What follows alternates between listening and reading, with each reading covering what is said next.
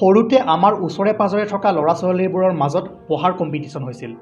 পঢ়াৰ কম্পিটিশ্যন মানে কোনে কিমান মাৰ্কছ পালে সেইটো নাছিলে, কোনে কিমান জোৰত পঢ়িব পাৰে, কিমান উচ্চাৰণ কৰি পঢ়িব পাৰে সেইটো কম্পিটিশ্যন আছিলে। বিশেষকৈ গৰম দিনত আমি কি কৰিছিলোঁ জানেনে?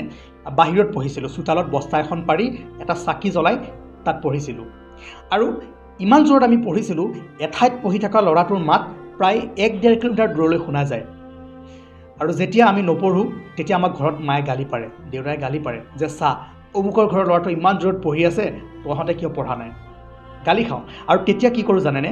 আমিও ভিতৰৰ পৰা বস্তাখন আৰু চাকিটো আনি বাহিৰত পাৰি লওঁ। পাৰি লৈ সি যদি পঢ়ি আছে, কোনোবা এটাই যদি আজি 1 কিলোমিটাৰ দূৰত চিঞৰি চিঞৰি পঢ়ি আছে, তাতকৈ বেছি জোৰত চিঞৰি পঢ়িবলৈ চেষ্টা কৰোঁ, যাতে তাৰ মাতটো নাইকিয়া হৈ মোৰ মাতটো তাত শুনে।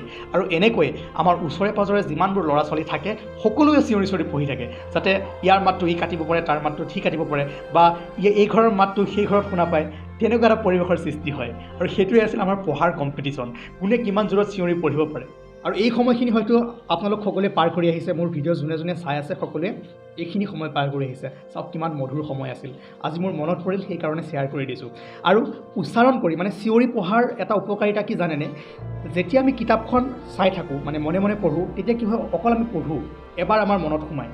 আৰু যেতিয়া আমি চিঞৰি পঢ়োঁ তেতিয়া কি হয় জানেনে? আমি পঢ়িলোঁ, লগতে আমি চিঞৰিলোঁ, আৰু চিঞৰাৰ লগে লগে আমি শুনিলোঁ, মানে এবাৰতে দুবাৰ পঢ়া হয়। আমাক ছাৰ এজনে কৈছিলে। আৰু চিঞৰি পঢ়িলে সদায় দুবাৰ পঢ়া যায়, আৰু চিঞৰি পঢ়িলে সোনকালে মনত ৰখে। আৰু যিমান পাৰে যেতিয়া কিবা এটা বস্তু পঢ়ে তাক উচ্চাৰণ কৰি পঢ়িবলৈ চেষ্টা কৰিব। উচ্চাৰণ কৰি পঢ়াটো মানে বহুত ভাল হয়, নিজৰ কাৰণে বহুত উপকাৰিতা হয় আৰু সোনকালে মনত ৰখে।